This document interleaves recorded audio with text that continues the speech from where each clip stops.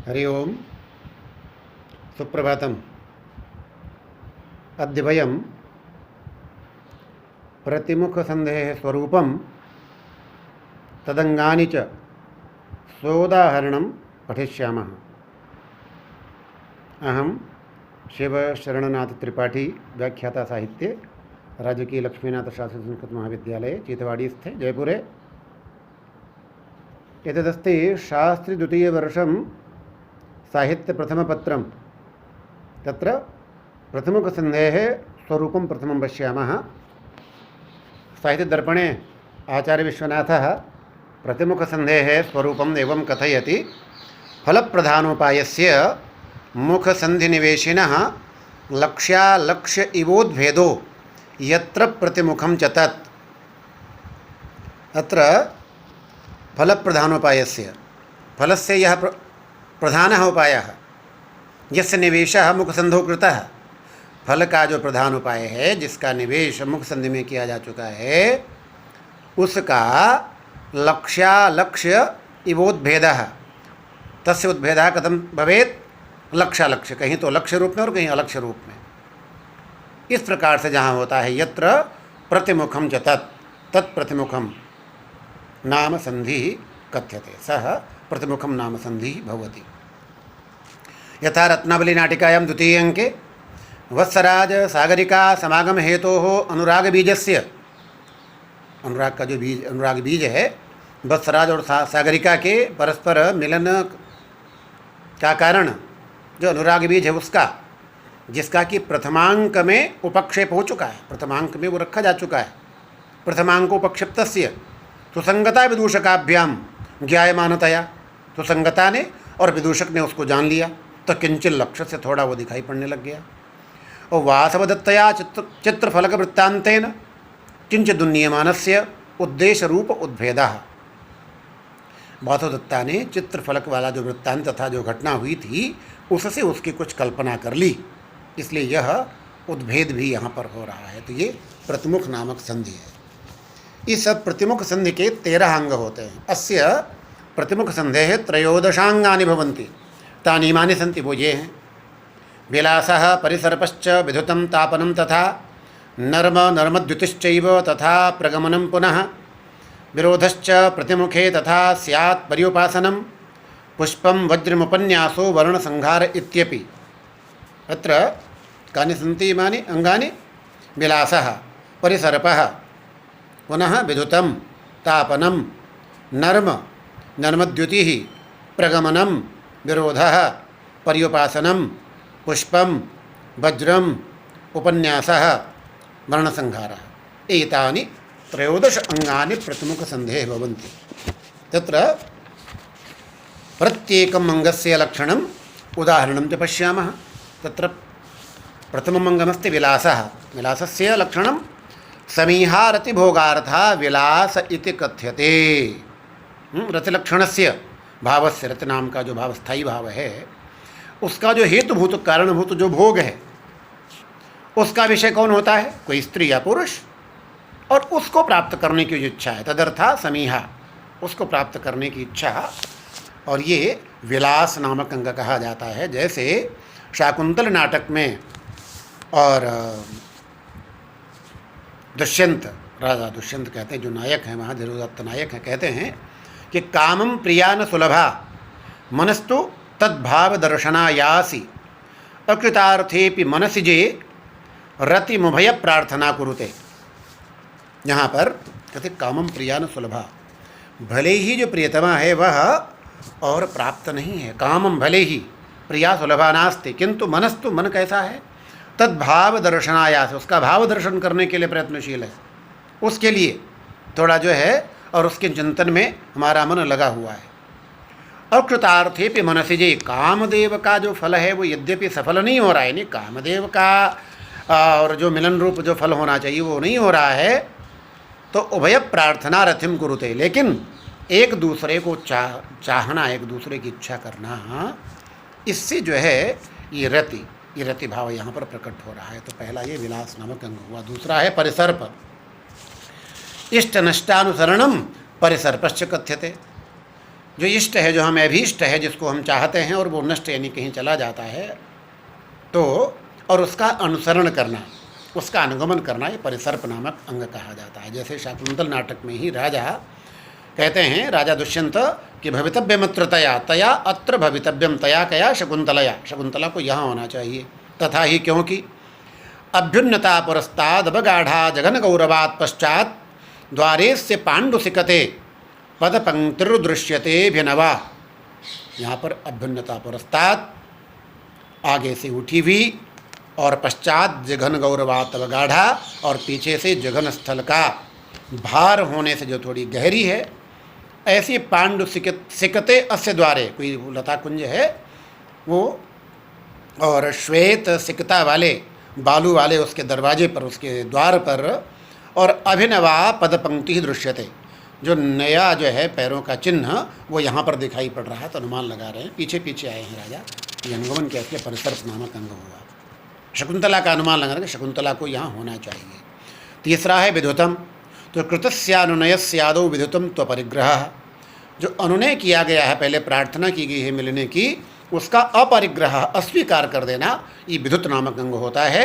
जैसे वहीं पर शाकुंतल नाटक में कहते हैं, अलम वह अंतःपुर विरह पर्युस्वकेन राजर्षिणा उपरुद्धेन, कहते हैं वो जो राजा हैं, अंतःपुर विरह पर्युस्वकेन राजर्षिणा, राजर्षि दुष्यंत अंतःपुर, अपने जो अंतःपुर रैनिवास की जो रानियाँ हैं उनके विरह में व्याकुल हैं, इसलिए उनको रोकने से कोई लाभ नहीं है।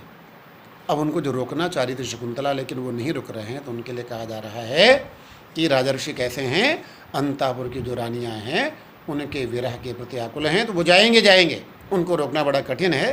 तो ये विद्युत नामक अंग हुआ। कुछ लोग कहते हैं विद्युतम से अरति ही, अरति यानी प्रेम नहीं होना, इसी विद्युत कहते हैं, अलग अलग मत हैं। चौथा अंग है तापनम, उपाया दर्शनम यत्व तापनम नाम तद्भवेत, जहाँ उपाय दिखे नहीं मिलने का, मिलन का, जहाँ पर नायक और नायिका के मिलन का उपाय नहीं दिखाई पड़ता है, तो उसे कहेंगे तापन नामक अंग। जैसे रत्नावली नाटिका में सागरिका कहती है, दुर्लभ जनानुरागो लज्जा गुर्वी परवश आत्मा प्रिय सखी विषमम प्रेम मरणम शरणम केवलमेकम। सखी से कह रही है, प्रिय सखी, दुर्लभ जनानुराग, ऐसे व्यक्ति से प्रेम किया जिसका मिलना बड़ा कठिन है। लज्जा गुरुवी, और लज्जा भी अधिक है, स्पष्ट रूप से उसे कह भी नहीं सकते हैं। और परवश आत्मा, मैं स्वयं अपने आप में दूसरे के वशीभूत हूँ, परतंत्र हूँ। तो विषमम प्रेम, और प्रेम जो बड़ा विषम है, सीधा नहीं है, प्रेम तो चाहता है। तो मरणम शरणम केवलम एकम, केवलम एकम मरणम, अब क्या शेष रहा, मृत्यु ही एकमात्र शरण है। तो ये कोई उपाय नहीं मिल रहा है यहाँ पर मिलने का, उपाया दर्शनम, ये तापन नामक अंग हो गया। अग्रिम पांचवा है नर्म नामक अंग, परिहास वचो नर्म, जहाँ पर परिहास का वचन कहा जाए तो उसे कहेंगे नर्म, परिहास करना, मजाक करना। जैसे रत्नावली नाटिका में ही सुसंगता कहती है, सखी यस्य कृते तुम आगता सोयम ते पुरस्तिष्ठति, कहते तुम जिसके लिए आई थी वो लो तुम्हारे सामने बैठा हुआ है।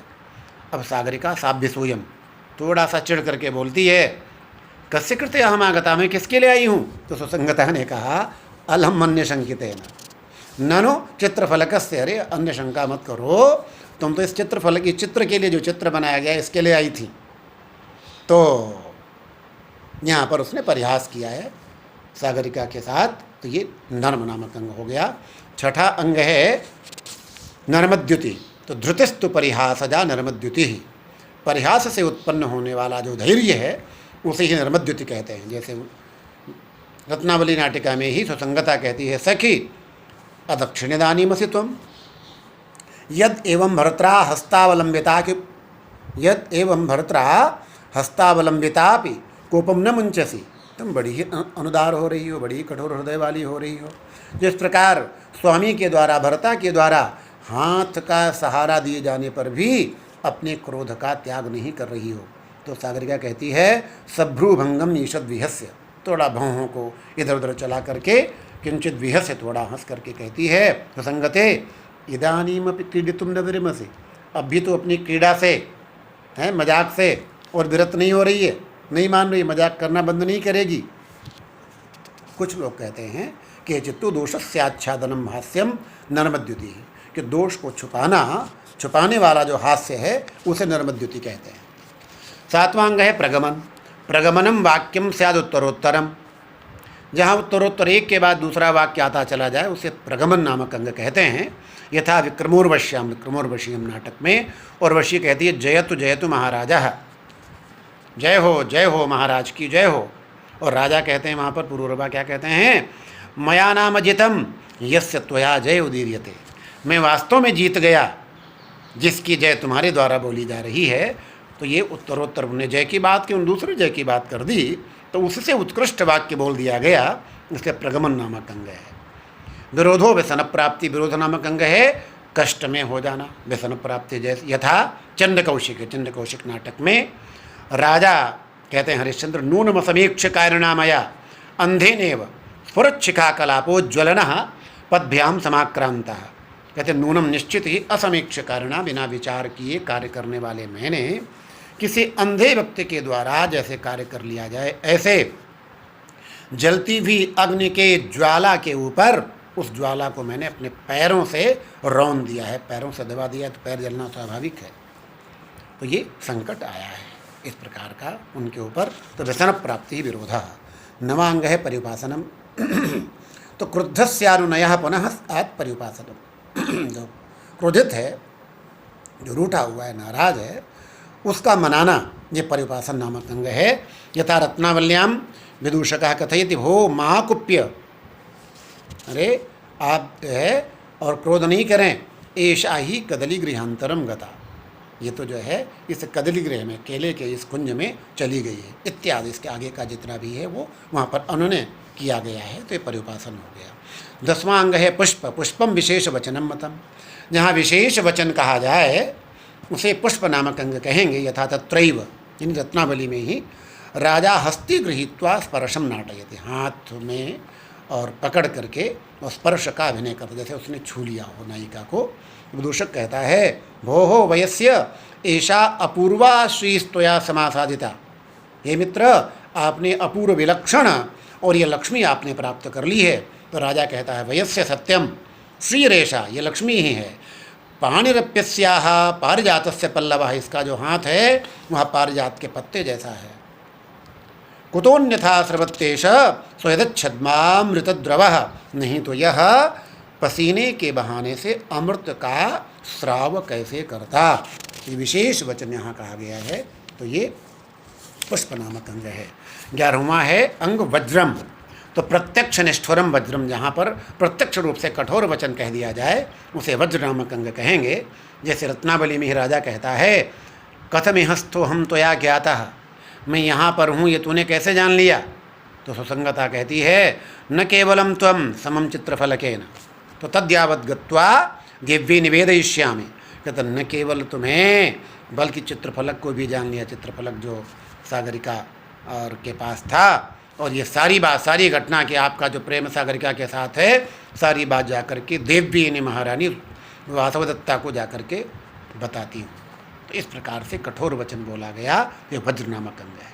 और उपन्यासः प्रसादनम, प्रसन्न करना, फिर से मनाना, जो झूठ गया था, जो अभी नाराज कर दिया था, उसको मनाना उपन्यास कहा जाता है। जैसे तत्रैव सुसंगता कहती है कि भरतः अलम शंकया, अब यहाँ पर क्या हुआ, राजा ने उसको कुछ आभरण दिए, तो इसलिए कि उसको मनाएं कि जाकर के शिकायत नहीं करे। तो कहती सुसंगता कि अलम भरतः अलम शंकया, आप शंका नहीं करें, मयापि भर्तृयाः प्रसादेन क्रीडितमेव एतैः, मैंने भी महारानी की कृपा से ऐसे ऐसे अलंकारों से खूब खेला है, मैंने खूब अलंकार है मेरे पास, आपके द्वारा देने की आवश्यकता नहीं है। तत्किम कर्णाभरणेन, तो ये कर्णाभरण, कान का आभूषण देने से क्या लाभ। अतोपि में गुरुतरः प्रसादेशा, इससे बड़ा और मेरे ऊपर प्रसन्नता का विषय तो ये होगा मेरे लिए कि यत्त्वया अहमालिखितेति कुपिता में प्रिय सखी सागरिका, कि जो तुम्हारे द्वारा और चित्र बना दिया गया है, तो ये मेरी सखी सागरिका क्रुद्ध हो गई है, नाराज हो गई है, तो ऐशैव प्रसाद देता हूँ, आप इसे ही मना लो, तो मेरे लिए ही पुरस्कार होगा, मुझे जो है और ये देने की आवश्यकता नहीं है अलंकार। वो 13वां है अंग वर्ण संहारः। चातुर्वर्णोपगमनम वर्ण संहार इष्यते, यहाँ पर जहाँ पर चातुर्वर्ण चारों वर्ण एक साथ जहाँ एकत्रित हो जाते हैं उसे वर्ण संहार कहते हैं। जैसे महावीर चरिते तृतीय अंक के महावीर चरित नाटक में तृतीय अंक में कहा गया है कि परिषदि ऋषीणामेश वीरो युधाजित सह नृपतिरमात्तैर्लोमपादश्च वृद्धः अयम अविरत यज्ञो ब्रह्मवादी पुराण प्रभुरपि जनकानामंगभो याचकास्ते। यहाँ पर ऋषि क्षत्रिय इत्यादि और चारों वर्णों का यहाँ पर सम्मेलन का वर्णन हो रहा है, तो ये वर्ण संहार कहा जाता है। और अभिनव गुप्ताचार्य ने तो कहा है कि वर्ण शब्देन पात्राण्युपलक्ष्यन्ते, कहते वर्ण शब्द से पात्रों को समझना चाहिए और संहार का अर्थ मिलना, यानी जहाँ पर 4 प्रकार के पात्रों का मिलना हो जाए उसे वर्ण संहार कहना चाहिए, ऐसा अभिनव गुप्ताचार्य का कथन है। ठीक है, इसको आप लोग देखेंगे, समझेंगे। आज ये प्रतिमुख संधि के सारे अंग पूरे हो गए। धन्यवाद।